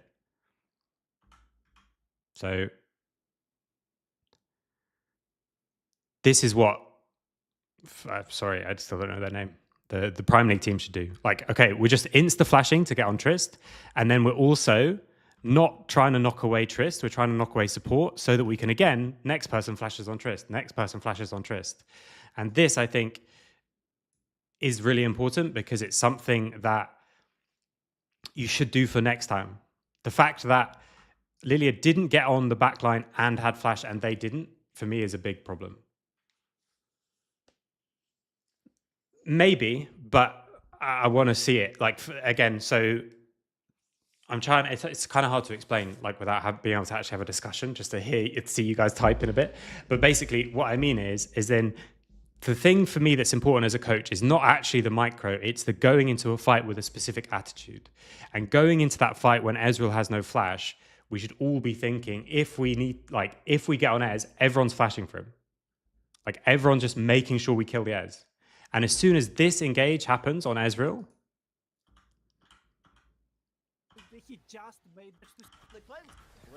so again, I quit it, unfortunately. But that example, which was really well orchestrated by Treats, is he's saying, it's actually also on a dragon and it's also Crowny. He's saying, enemy AD carry has no sums. Like, if I get him, we're going, you know? And then Visage Archie is instantly flashing to E the next one and all that kind of thing. So for me, the main thing, like, she already fucked up by missing her E. Yeah, exactly. Sorry, it's someone from the YouTube. Like, they play scared. You can't play scared when Ezreal has no flash. So this already is not a situation that kind of should happen. It's not like she should know this is going to happen. But the main thing for me here is, like, everyone now at this stage should be thinking Ezreal should know Ezreal's got no flash. And, like, at any of this point, she can still flash. I think even if she flashes, like, at any point, I think flash Q and he dies. Because you flash even without stacks, I think you're definitely in range there. But anyway, it's the mindset anyway. They rotate down to the dragon, trying to get control of that vision. Gragas would be a big threat on the flank, but he's sitting on dragon. And I think if you've got control of the position, you don't, as Los Ratons, you don't need to flank. You could let them come to you, but you do need to mark this flank because, like I say, I think if EWI play this properly, like the way KCB was teamfighting yesterday, you're aced here as Los Ratons, I think. Everyone dies. Because this flank is just too strong, like it's too much. And if it's Streets and he's the rel here, as soon as this fight's over, it's like, guys, how did this person not die? And you literally press tab and, like, which of my diving buddies has flash? 2 of them still. Galio doesn't need it because he actually gets on him. But to be honest, also Galio can just flash here. I mean, he gets the taunt anyway. He also can channel the taunt longer, but, like, through all this time, like, Lilia needs to be in on it as well. But they're not trying to do just that. Am I seeing it wrong? Corky trying to get a flank onto Ezreal, Rel jumping on the Ezreal. Gino think the only problem with No, the problem is Lilia didn't flash. That's my point. So the Rel is playing how you should play in this situation for me. But what I'm guessing is the problem is that, and again, I don't know this, but I'm guessing from the way that they're playing is they're not clear enough going into these situations what we want to play for. Because to make the decision to flash this Brawl Mole in the split second of the moment when there's so much shit flying around and you can't see it, that's hard. That's super hard for pro players, especially on stage. I'm saying on stage, you know, like in a competitive game. Especially in a knockout game, especially when you're 0 on down, all those kind of things. Really, really hard to do. But before this fight even happens, whenever Ezreal's flash got blown, we just need to be saying it over and over and over again. I mean, I can show you the freeze frame again, but there's no way that she doesn't get on the backline. But even if she doesn't, like, she has to try. Like, if she tries and fucks something up, that's okay. Like, if you try and you mess something up mechanically, okay, we already messed this up. We should have just even if the dragon is much better than throwing this E randomly because you just want to keep your stacks up. That's just a little bit of that's a Lilia specific mechanic, sure. But here, if everyone knows we're killing Ez, like, I'll show you the freeze frame again. like at this stage, like if at any moment she flashes, I think Ezreal gets caught because Ezreal also gets taunted afterwards as well, right? And he's got no cleanse. But the main thing for me is like already everyone should know that like we're sending everything on Ezreal. And if you flash forward here and he somehow gets out and you miss your Q and your E's on cooldown and you can't W or whatever, then that's one thing. Okay, fine. We all did the play and we messed up mechanically. But from a coaching point of view, in my way of seeing like how I mean, but like he's still like you would now be here and then you would now be surely hitting someone. No. Okay, well, even if it's out of range, the point still stands. Like, I completely disagree that it's out of range. But my point is that saving this flash, that's the part that I don't like. I don't want people saving flash when the enemy AD carry's got no flash and we get on them. Because this, like I say, this is, we're not in a good spot. Enemy's got 3 dragons. We're behind. We lost the first game. These are the windows that you need to get back into competitive games. I mean, we'll never know if it could get in range. I'm 90% at least sure that you can, and you can at least impact the backhand of this fight. And even if you don't one-shot the Ezreal, you can also be like, you wouldn't be knocked up. You would already be like here. And so even if you don't hit Ezreal with anything, you would still be there coming forward in the front line. You can also just kill Pantheon because he's now like going to be right next to you, and you can just keep running over this way, running over the rest of the team. But the main thing for me, again, like I say, no, don't be sorry. Like, I need to explain it better. What I'm trying to say is, I don't care if this flash means that you actually win the fight or not. I think it would. Maybe you're right, and it wouldn't. My point is that when you're in these situations, these are the situations that win and lose you games in a competitive game. Like, once people can do the basics, once you can not be like 10k down at 20 minutes, like, these are the crucial situations. And for me, it's like going into the fight, both teams didn't look like they knew what they were doing. So the thing for me is not whether Lilia actually does get onto this or not. It's like, you have to just full send it at this stage. Everyone has to full send it on Ezreal. And that's, to be fair, that's a thing that only started becoming really prevalent at the top level of competition for the last like couple of years, where like, if you ask people on most LEC teams, but especially like a team like, I mean, Mac and Pad have talked about this publicly, right? So I'm not leaking anything that they've told me privately. According to them, flash is the most important thing in the game. Ezreal's got no flash. Everyone needs to send it on Ez. Basically, that's what I'm saying. And then from the other side, coming into this as LR, firstly, again, Ezreal's got no flash. But someone just needs to mark the flanks, and we need to know what we want to do already before the fight starts. For me, that's like, okay, maybe jumping over this way is because you think this is going to be a hit. But after that, like, someone needs to mark this flank because we know it's happening. You can't give everything up and expect to win. You got to take risks. Yeah. Again, like I say, like, if you flash forward and we all die here, fine. But like, at least then we're all doing the same thing. We're not playing this team fight in the same way. Well, actually, I guess we are, because Galio didn't flash either. Like, I just wanted to, like, maybe Galio can just flash to make sure that he lands, like, that also wouldn't be bad, by the way. Like, Galio can also just flash here to make sure the taunt lasts longer. Or he can, and now it's probably too late. I was going to say flash E, but that's probably too late. But yeah, like, if we're all full sending it, or we're all not, then that for me is much better. And going into the fight as Lost Ratons, we already should know like what kind of setup we want, what kind of situation we want. That was a long tangent, but hopefully it was useful, and hopefully you understand what I'm trying to get at. Because that exact situation is never going to happen again. But similar situations are going to happen, and you need to think as a coach, how can I give my players the tools so that the next time it happens, we know what we're doing, and we have to orient ourselves somehow in this team fight. And the best way to do it, in my opinion, is to orient around whose flash is up and what we're trying to do. So Ezreal's flash is down, and if we can kill him. By the way, like, no problem. But also, you could be right, you know? Like, maybe she flashes and they still live. But I would still stand by what I'm saying because it doesn't matter. But yeah, this is the thing as well. And also, I think I made it, because I'm just curious and watching, I made it too much about the mechanics. But still. Mental can be tough as well. If Rel does everything to get Ez and teams doesn't follow up. Yeah, exactly. Like I said, if that's Streets and he's like, guys, I just got an insane flank on this Ezreal who has no flash. How did this person live? And, you know, he wouldn't actually be toxic to the team, but I'm pretty sure he's pressing tab and he's thinking, why the fuck has everyone got flash up still? and Ez didn't die.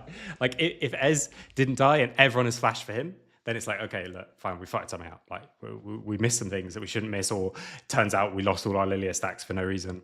But when people are not even using the tools, that's the part that's really tilting. There's a world where Lilia flashes gets insta-stun by Panth.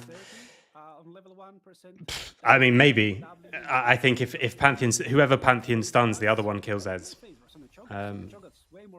Hey, Croft, thanks for the follow. But we'll see.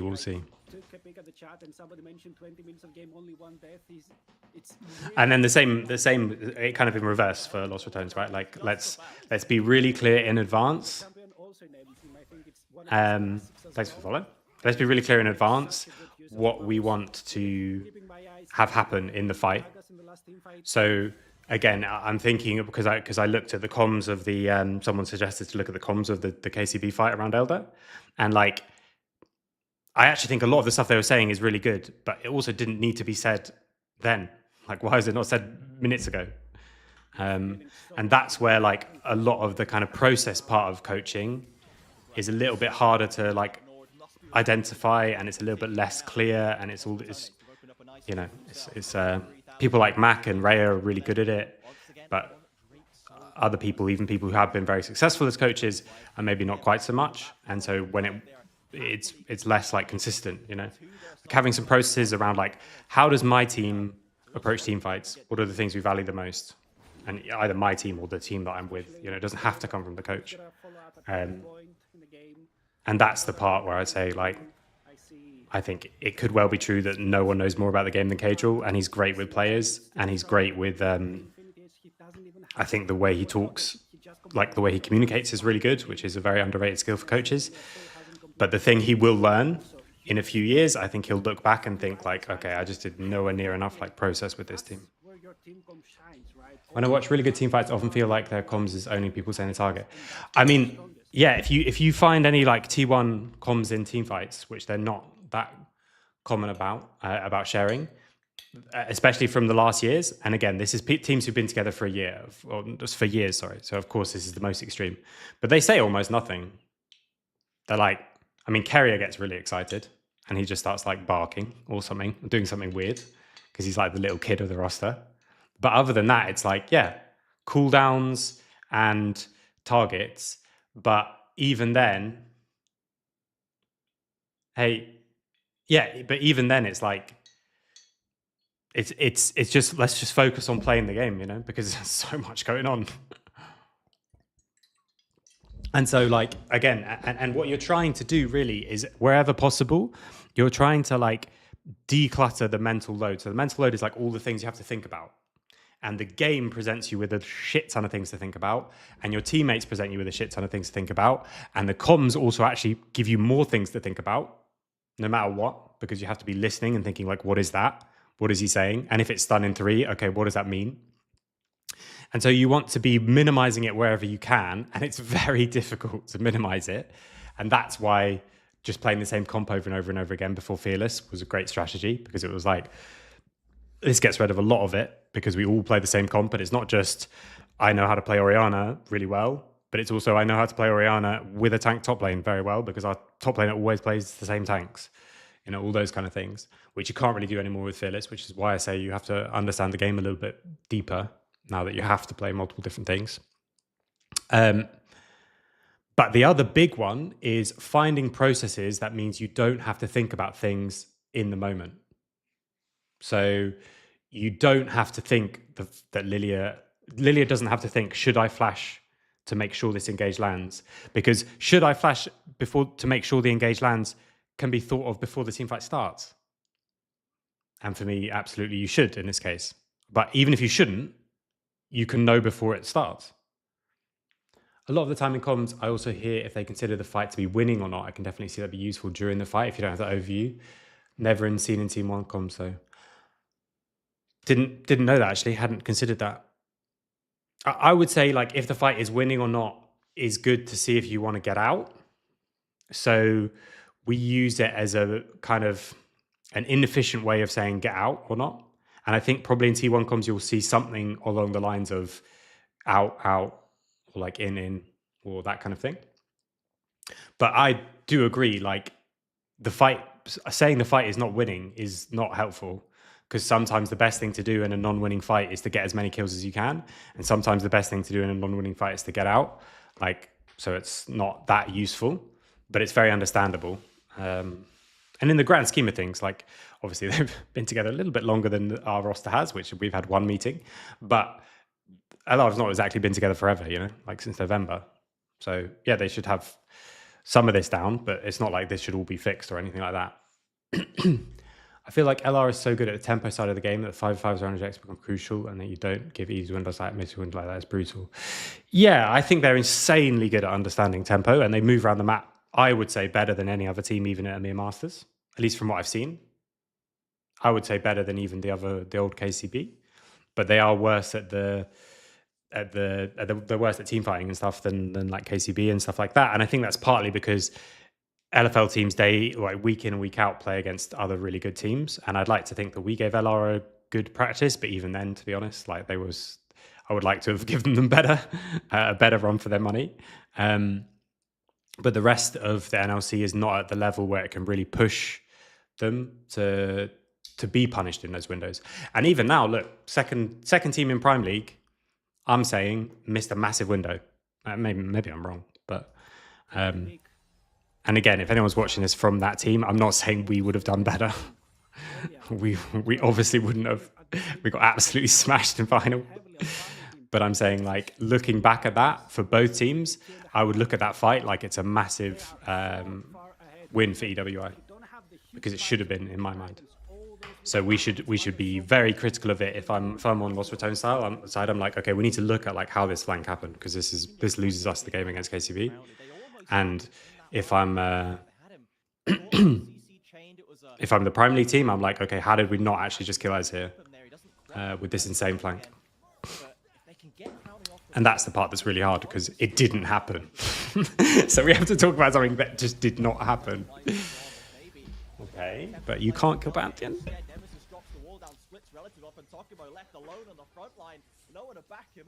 Oh, Baus. It doesn't matter, but still, he's just buying so much time.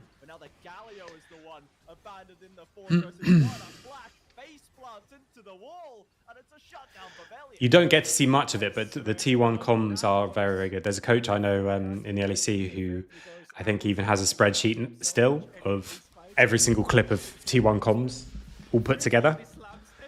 And yeah, I should ask for it, actually. I should ask him to show it to me, but because I think it's just really interesting.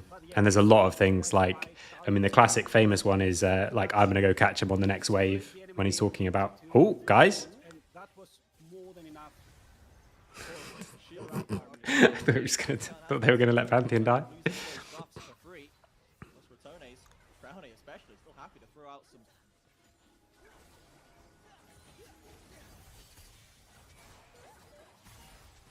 Okay, so now you're opting into a fight. And this is an insane flank, actually, from Baus. Okay, so he just pushes mid-wave and comes, so they should know he's still around that area. But it's a really nice flank from the Gragas. They've also got the false lives, but you still have to fight this because it's Soul and Infernal Soul. And now he can just... not... I mean, it's the same in reverse. Why is no one marking the Gragas? Okay, so Galio was dead. We know where Baus is. And that was more than enough. Let's get the shield up for our boy right there. Atakan has been secured. We don't want to lose any of those buffs for free. Those Ratones, Brownie especially, still happy to throw out some.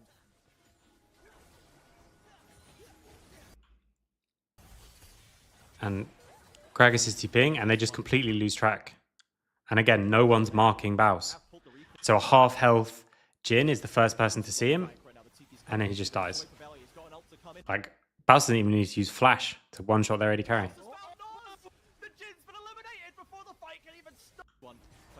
And this TP is much too aggressive as well. And they get pushed out. What do you think about Symbiotic Souls? I think it's really strong. I think it ties in exactly to how LR want to play as well. So I think it's stronger for them than I think it is for other people because they're better at using time than anyone else.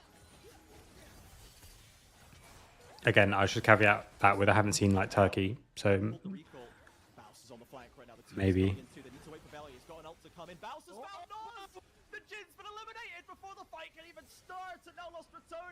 Now they're just going to run over the fight. So Galio's in the wrong position for me. Like I said, he's kind of homeless anyway in this, a little bit in this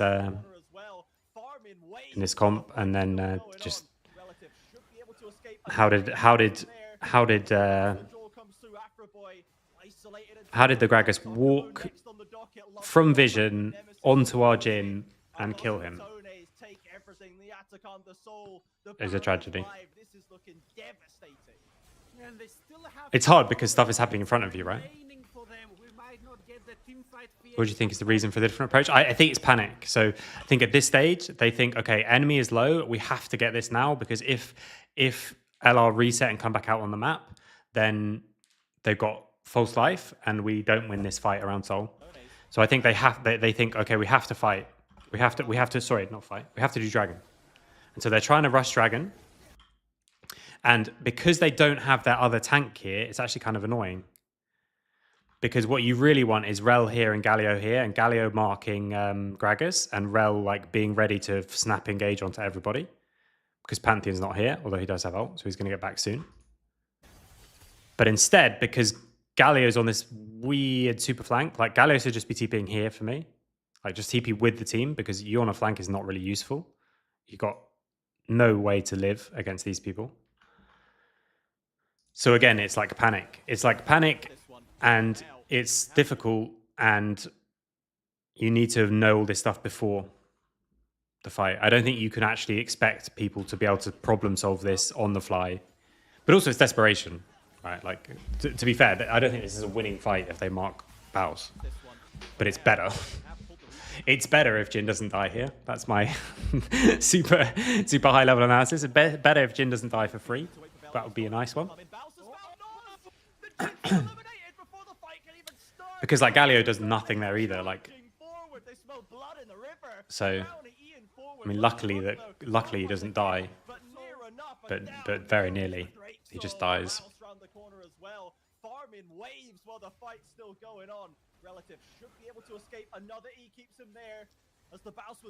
Okay, so it's going to be a 2-0. Nice.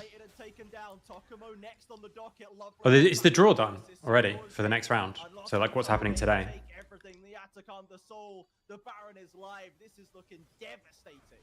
They're going to get Baron. I'm assuming this is a 2-0. I'll look at the draw quickly after. Because, I mean, I'm going to keep watching LR, obviously, because I want them to win. Super massive. Okay. It's winnable, though. I mean, all the games are winnable.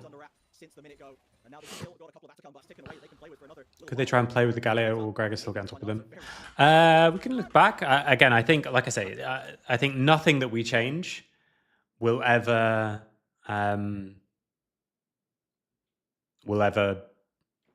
you know, make them actually win this. Has Nord ever won EMEA Masters? No, not even close. I don't think anyone from the NLC has won EMEA Masters. We've been close. XL came second. Excel represent came second. Fnatic Rising came second. But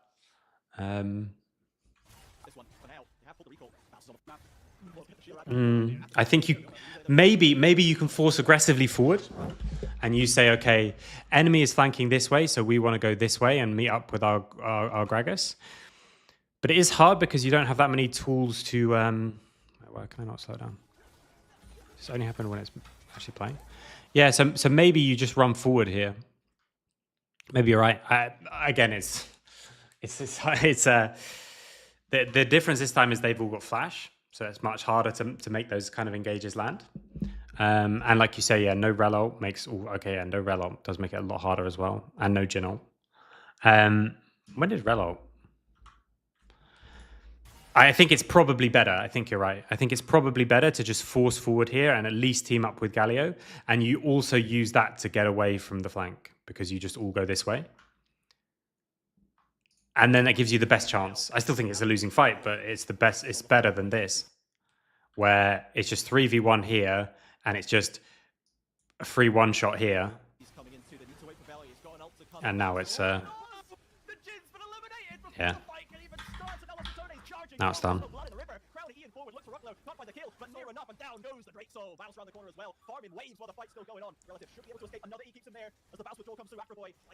Yeah, it looks a little bit like disjointed again, right? But that's always going to happen when you're like behind and all this kind of thing. You can minimize it. And again, I want to make this clear. Like, all this stuff I'm saying, it's not like, oh, you just do that and then it's like easy. We just talk about it beforehand. Like, it just helps. It's not easy. I mean, we got massively out team fought by LR a bunch of times. So this is just the things to be thinking about. And for me, the tools that you can give people as coaches is to add that process of like, how do we talk about a team fight before it happens? How are we going to discuss what we need to do? What are we going to prioritize?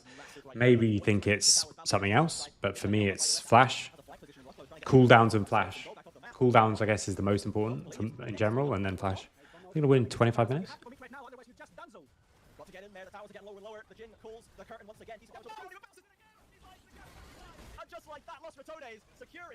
Yeah. They're going to win, right? Okay, good. Good. Okay. Very cool. Okay, so wait, let me find it. EMEA Masters... What type in? Schedule? Bracket? Okay, boom. The draw is in. Here are the matchups. Okay, so I would say EC win this. I would say KCB win this. I didn't expect these guys to get through, but Timmy's awesome, so I'm happy they did. Again, I expect Heretics to win this, although it'd be great for Kyo to get another upset. That'd be fun. Okay. This is going to be a hard game. Supermassive, I'm assuming, have gone like just 2-0 in both their games, right? Supermassive.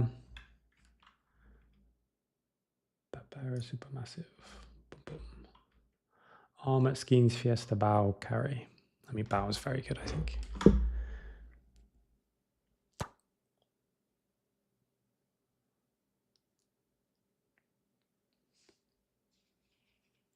Armor, 2 Koreans, and Skeens as well. Skeens is very good. Skeens he wasn't with he hasn't got any EMEA Masters title, I don't think. But yeah, Bao is good, and actually, I'm not sure I know Fiesta. Maybe I do. I'm tempted to say he's good. He's got good stats. Oh, and Armit's playing non-NAR champs. What is this? Jace and Bessa. Okay. Well, I will call it there. We got deep into some things, which is very nice. It's much more fun for me when we can get like deep in. Yeah, exactly. That's what I was thinking. As soon as I saw this, NAR is his 1, 2, 3, 4, 5th most played champ. What is that? And not like Gentleman NAR is his 5th most played. Yeah, Okay, that'll be a good game. So tomorrow, 14. I'll. Oh, actually, maybe not. We have our scrims tomorrow. Okay, maybe yeah. Tomorrow from 14, I think I might do a review of that series, but it'll have to lead straight into our scrims with the